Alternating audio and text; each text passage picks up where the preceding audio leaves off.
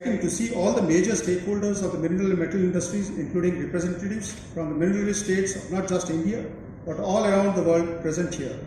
The overwhelming response clearly indicates the benefits that this conference will bring to not only the domestic players, but also the international stakeholders.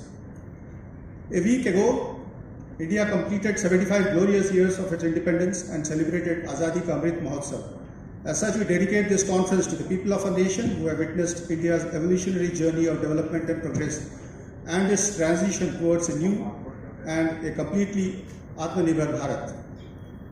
The mineral and metal industry plays a critical role in meeting the increasing demands of a growing nation. For an emerging economy like us, which is expected to grow by 7 to 8% in the years to come, factors like urbanization, infrastructure development, automotive production and demand for consumer durables emerge as major determinants of the burgeoning demand for metals and minerals in the decades ahead. To keep pace with the rapid modernization of the country, it is expected that there will be a tremendous demand for minerals and metals, especially from the infrastructure and the manufacturing sector. You would all agree that iron and steel is probably the commodity that would be creating one of the largest incremental demands in terms of sheer volume and magnitude of raw material. Iron ore, coal, limestone, bromide, power. India is already the second largest producer and consumer of steel in the world. The government of India has already envisaged miners in India. I feel proud to share that despite being a very challenging year with the second and third wave of COVID threatening to erase all shoots of economic recovery, our team has excelled in production and sales.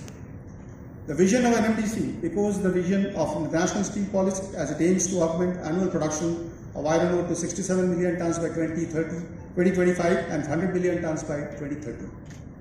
To achieve the same, we continue to aggressively pursue our initiatives to augment capacity and upgrade operations across all our mines with state-of-the-art technology and other digitization initiatives. We also have an Australian subsidiary, Legacy Iron Ore, which has acquired multiple mining tenements of various minerals, including magnetite, gold, base metals, which are at different stages of exploration. Going forward, we intend to develop lithium, nickel and cobalt, etc., which are of key importance to the country. Our company's social capital is built on decades invested in community engagement, building of infrastructure in health and education, and contribution to essential developmental needs of our host community. As part of our sustainability practice, NMDC also conducts carbon footprint studies, water audits, and mining audits. I am hopeful that the deliberations that we will be having today and tomorrow will provide useful insights about the key growth drivers of the mining and metal industry. It will also pave the way for the development of a roadmap for the coming 25 years till 2047, while also outlining the major drivers and challenges.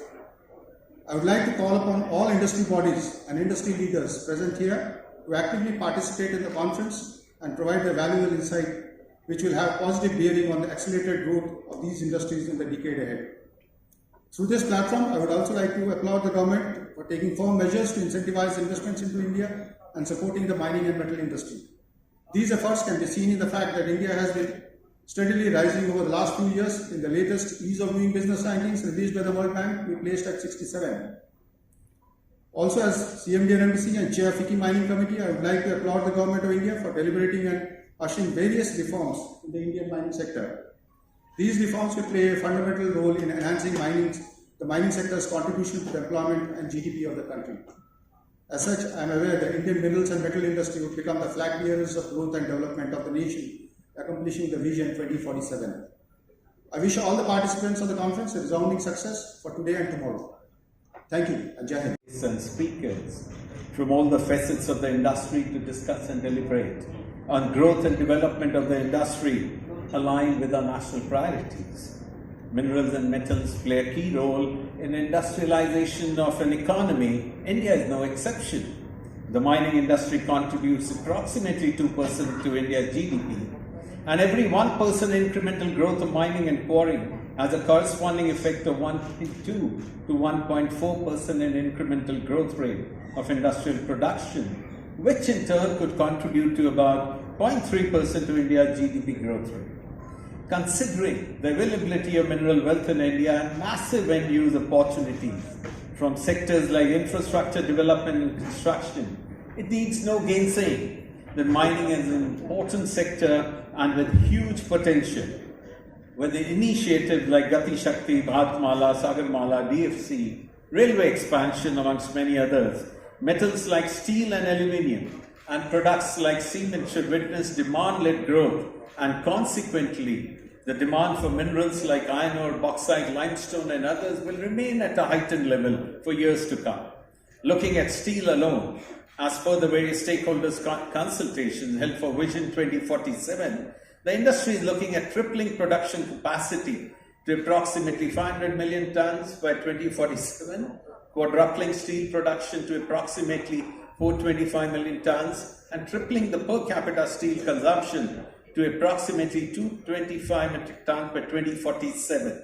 Aligned to the targets envisaged, the iron ore requirement for 425 metric tons of steel production would be around 680 to 720 million tons, and coking coal approximately 350 million tons, giving huge impetus to the mining activities in the country.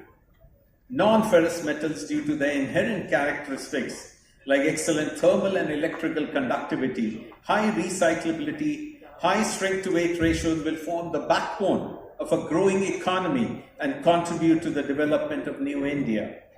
The non-ferrous metals industry is also witnessing a big upward shift on consumption front.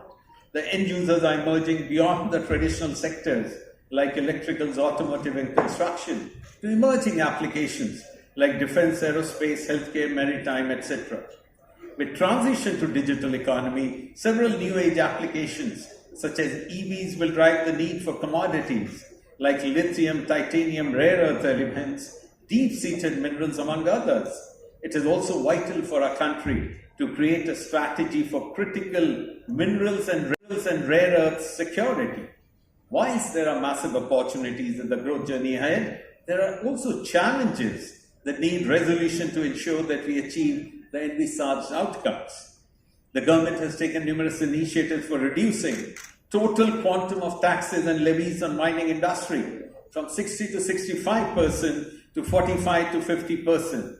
However, we believe this is still very high when compared to other mineral-rich countries where it is approximately 30%. Also, when we look at things from the lens of logistics, with 1:4 ratio for logistics requirements, the targets envisaged for steel industry by 2047 would entail movement of materials of nearly 1,700 million tons per annum, including finished goods and raw materials. At present, India's supply chain and logistics costs are 400 to 500 bps higher as a percentage of GDP when compared with our peer group countries.